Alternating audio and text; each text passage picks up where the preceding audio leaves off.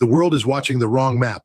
While everybody's eyes are glued to aircraft carriers and burning tankers at the Strait of Hormuz, something far more consequential is happening on dry land, thousands of miles away from any U.S. Navy ship, and Washington seems to either not understand it, or worse, understands it completely and just can't stop it. A rail route stretching approximately 2,400 kilometers, traversing Kazakhstan, Turkmenistan, and Uzbekistan, now connects China directly to Iran. That is a steel highway that no American warship can blockade. That is a supply line that no carrier strike group can interdict.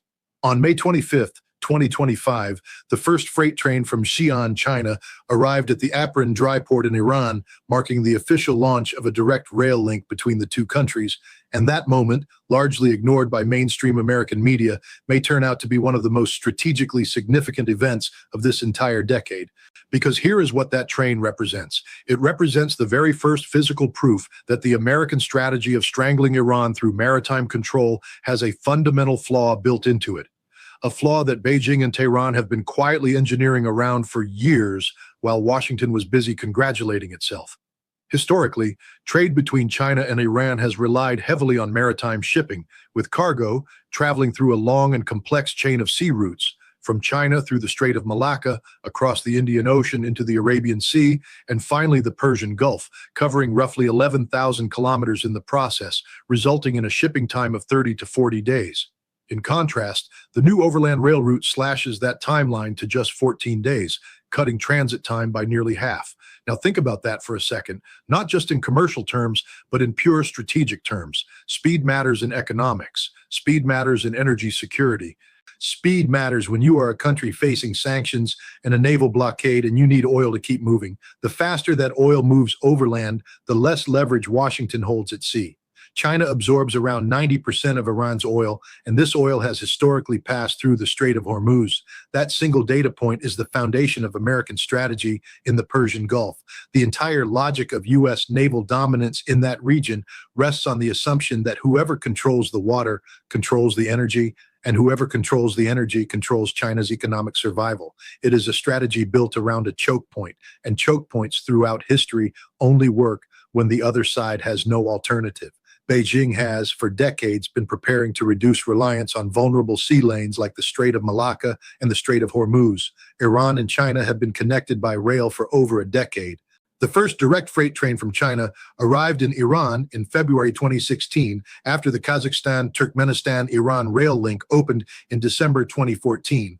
That link created a continuous overland corridor from China through Central Asia into Iran.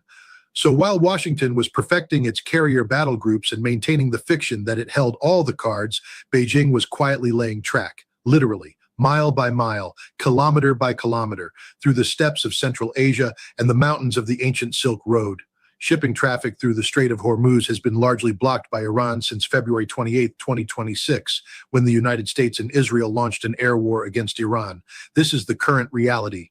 Right now, in 2026, the world is living through the consequences of a crisis that has been building for years, and the Strait of Hormuz, that narrow ribbon of water connecting the Persian Gulf to the Gulf of Oman, has become the most dangerous and consequential piece of geography on the planet.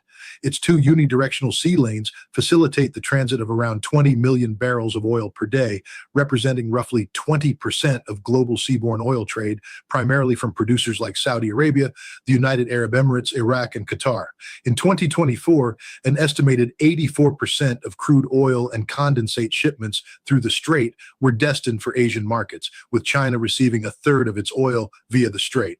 When that strait closes, the entire global energy architecture shakes, markets panic, prices spike, and governments scramble.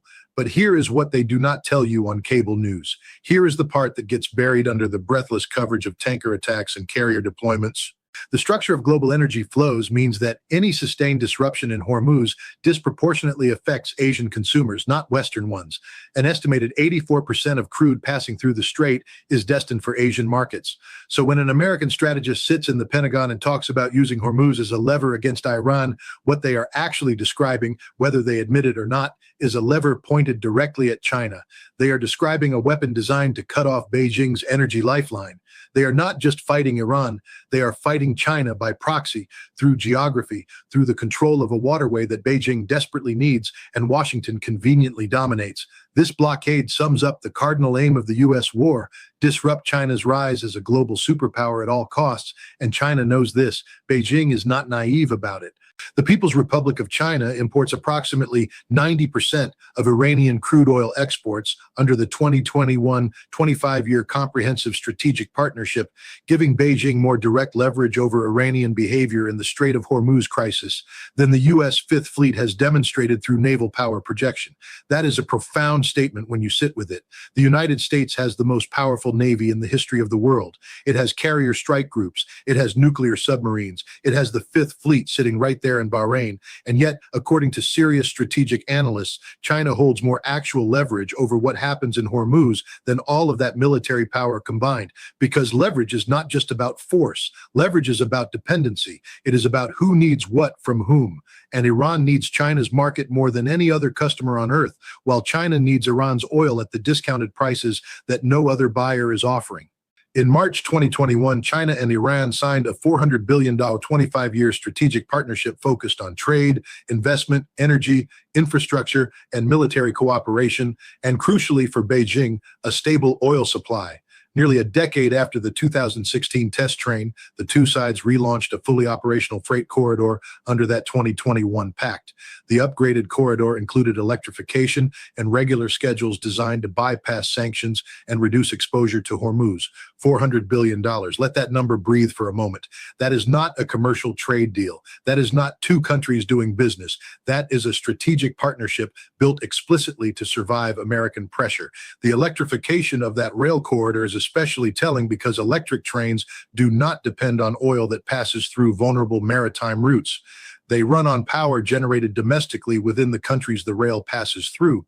You cannot sanction electricity the same way you can sanction a tanker at sea. You cannot board a train in the middle of Kazakhstan with a U.S. Navy SEAL team. The system is now being tightly integrated into Belt and Road trade flows, providing countries with a reliable alternative to SWIFT. As more nations settle transactions in yuan or local currencies, the dominance of the U.S. dollar begins to loosen, a quiet but significant shift that shows how the world's second largest economy is gradually strengthening its own currency and payment system. This is where it gets layered and complicated in ways that most American commentators refuse to acknowledge, because it is not just oil moving on those trains. It is not just Iranian crude being rerouted to Chinese refineries. What is moving on those trains is a new financial architecture, a new settlement system, a new way of doing business that does not touch the dollar, does not go through SWIFT, and therefore cannot be sanctioned by Washington at the stroke of a Treasury Department pen. Every barrel of oil that gets priced in yuan rather than dollars is a tiny crack in the foundation of American financial supremacy. And when you start adding up those barrels day after day, month after month, across a 25-year partnership, those tiny cracks become structural damage. Beijing has invested in this railway corridor under the Belt and Road Initiative so it can continue to obtain Iranian oil uninterrupted at concessional rates despite American sanctions, and can keep its oil supply free from interruptions by the U.S. military in case China launches an attack on Taiwan, which it wants to annex. There it is. There is the real strategic calculation sitting underneath all of this. People ask why China cares so much about Iran. People ask why Beijing is spending this kind of money on rail corridors through Central Asia. The answer is Taiwan. The answer is that Beijing knows, and American military planners know, that any conflict over Taiwan would almost certainly include a U.S. naval blockade of China's energy imports. The Malacca dilemma, as Chinese strategists have called it for decades, is the nightmare scenario where the U.S. Navy closes the Strait of Malacca and China's economy begins suffocating within weeks. The Iran-China rail corridor is Beijing's insurance policy against exactly that scenario. It is China building a second heart, an energy backup system, a route that keeps the country breathing even if the U.S. Navy turns the ocean into a wall.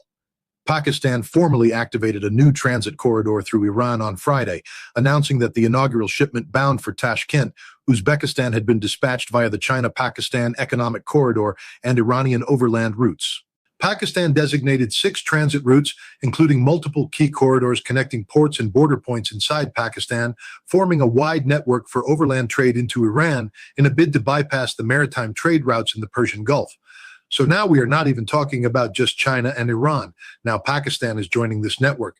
CPEC, the China-Pakistan Economic Corridor, is connecting to Iranian overland routes, and suddenly you have a web of overland infrastructure that stretches from the Chinese heartland all the way to the Gulf of Oman, threading through Central Asian republics and Pakistan and Iran, and none of it requires passing through a single waterway that American aircraft carriers patrol.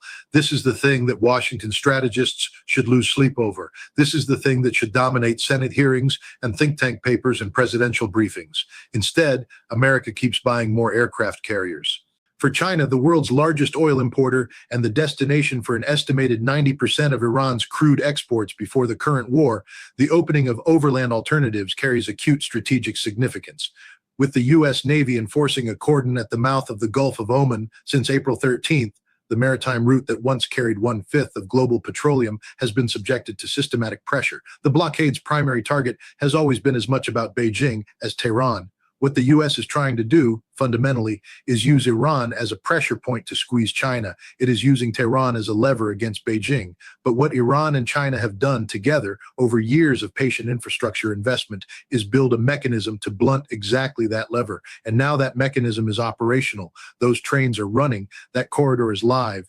Washington built its strategy around controlling the water, and its adversaries built their strategy around not needing the water. It may not be just a coincidence that the combined attack by the U.S. and Israel on Iran in June 2025 came within a month of Iran launching the direct railway connection to China in May, and that the second U.S.-led attack in March this year came within months of 6 countries signing an agreement in Istanbul on November 25, 2025, to develop the southern section of the China-Europe corridor. Read that again carefully, read the timing. Iran launches a rail corridor to China in May 2025, and within a month it gets bombed. 6 countries signed an agreement to develop that corridor further in November 2025, and within months the bombs fall again. You can call that coincidence if you want. You can tell yourself that these events are not connected. But if you have studied history, if you have studied how empires protect their strategic advantages, you understand that no empire willingly allows a competitor to build infrastructure that makes the empire's greatest lever irrelevant. The rail corridor is an existential threat to American strategic dominance in Asia, not because it moves oil today, but because of what it represents for tomorrow. Railway transportation still has limitations. Nearly 90% of Iran's exports to China are petroleum and petrochemical products. Bulk crude oil still relies mainly on sea transportation, and railways are unable to undertake large-scale crude oil transportation functions. Yes, this is true, and it matters. You cannot move 138 million barrels of crude oil per day on a rail line the way you can on supertankers. The physics and economics of bulk liquid hydrocarbon transport still favor the ocean. That reality is not going away tomorrow. And so the American strategist will tell you, look, the rail line is a curiosity, not a game changer. But that argument misses the deeper point entirely. The rail line does not have to fully replace maritime transport in order to fundamentally shift the strategic balance. It only has to reduce American leverage enough that the threat of Hormuz closure loses its maximum effect. It only has to move enough oil, enough goods, enough commerce to keep China from feeling economically desperate during a crisis. And right now, in 2026, with the strait largely closed, with markets in turmoil, with tankers going dark and war risk insurance making the Persian Gulf unnavigable for most commercial shipping, that rail corridor is proving its worth in ways that no peacetime analysis could have fully predicted. Chinese entities likely held approximately 1.2 to 1.4 billion barrels of crude oil in storage as of March 2026. That offers roughly 120 days of net import cover at 2025 rates. 120 days, 4 months of energy reserves stockpiled before the shooting started, combined with an operational overland rail corridor, combined with CPEC connections, combined with Russian pipeline supplies from the north. This is what strategic patience looks like. This is what decades of infrastructure investment buys you. America spends its strategic dollars on carrier strike groups and fighter jets. China spends its strategic dollars on rail lines, pipelines, dry ports, and 25-year energy partnerships. And in 2026, we are beginning to see which investment is paying the greater dividend. The new rail line, part of the evolving east-west corridor linking China to Iran, the Persian Gulf littoral states, Africa, and ultimately Europe, presents one of the most secure trade routes currently in play. secure. That word is doing a lot of work. Secure because it passes through sovereign territory of multiple nations that have their own interest in keeping it open. Secure because it is not a single choke point like a strait that can be mined or blockaded. Secure because it is distributed across thousands of miles of land where no single military force can assert dominance the way the U.S. Navy asserts dominance at sea. The American empire was built around controlling the oceans. The challenge being assembled by Beijing and Tehran and their partners is being built around making the oceans strategically optional. And that is the geopolitical story of our time, told not in the roar of jet engines over Hormuz, but in the quiet rumble of freight trains rolling west from Xi'an into the ancient lands of the Silk Road.